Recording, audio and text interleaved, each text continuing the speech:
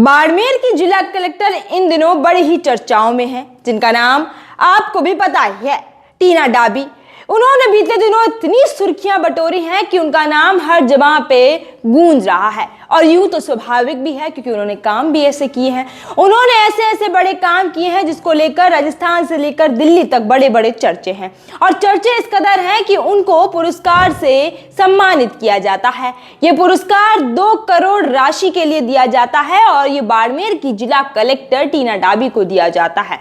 क्यों? क्योंकि catch of the rain central government की एक ऐसी योजना थी जिसको सही तरीके से अगर किसी ने चलाया है, जिसमें बालू से पानी निकालने का काम अगर किसी ने किया है तो वो टीना डाबी ने किया। ये कोई छोटी बात नहीं है जो कि बालू से पानी निकालना इतना आसान हो, क्योंकि जहां धोरारी धरती पे पानी की कमी इतनी ज्यादा है, वहां कंजर्वेशन ऑफ वाटर एक बड़ा सब्जेक्ट बन जाता है। यानी कि जल को संरक्षित कैसे किया जाए, जल को ज्यादा से ज्यादा कैसे बचाया जाए। जहां बाड़मेर में एक कहावत, बाड़मेर के लिए एक कहावत भी है, या फिर यूं कहिए कि धोरारी धरती के लिए एक कहावत भी है कि यहाँ घी की कीमत इतनी ज्यादा नहीं होती जितनी पानी की एक एक बूंद की कीमत होती है। तो उसी पानी की बूंद की कीमत को टीना डाबी ने समझा, जल को संरक्षित किया, टांकों का निर्माण जहां होना था वहां निर्माण कराया गया और तमाम ऐसी योजना के अंदर जल को संरक्षित करने के प्रयास किए गए जो कि उन्होंने किए। तो वहीं उनकी बहन भी कुछ कम नहीं थी, उन्होंने भी एक ऐसा कमाल किया कि 2 करोड़ का इनाम बड़ी बहन को दिया गया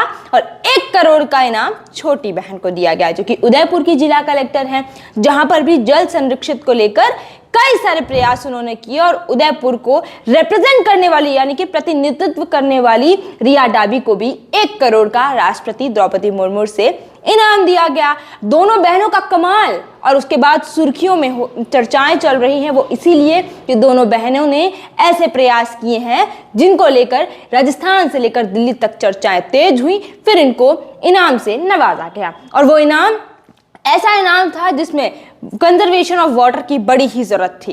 कंजर्वेशन ऑफ वाटर यानी कि जल को संरक्षित कैसे करें, ज्यादा से ज्यादा पानी को कैसे बचाएं, क्योंकि ये राजस्थान है जहां पर पानी की कीमत राजस्थान वासियों से ज्यादा कोई नहीं जान सकता, विशेषकर पश्चिमी राजस्थान वासियों के।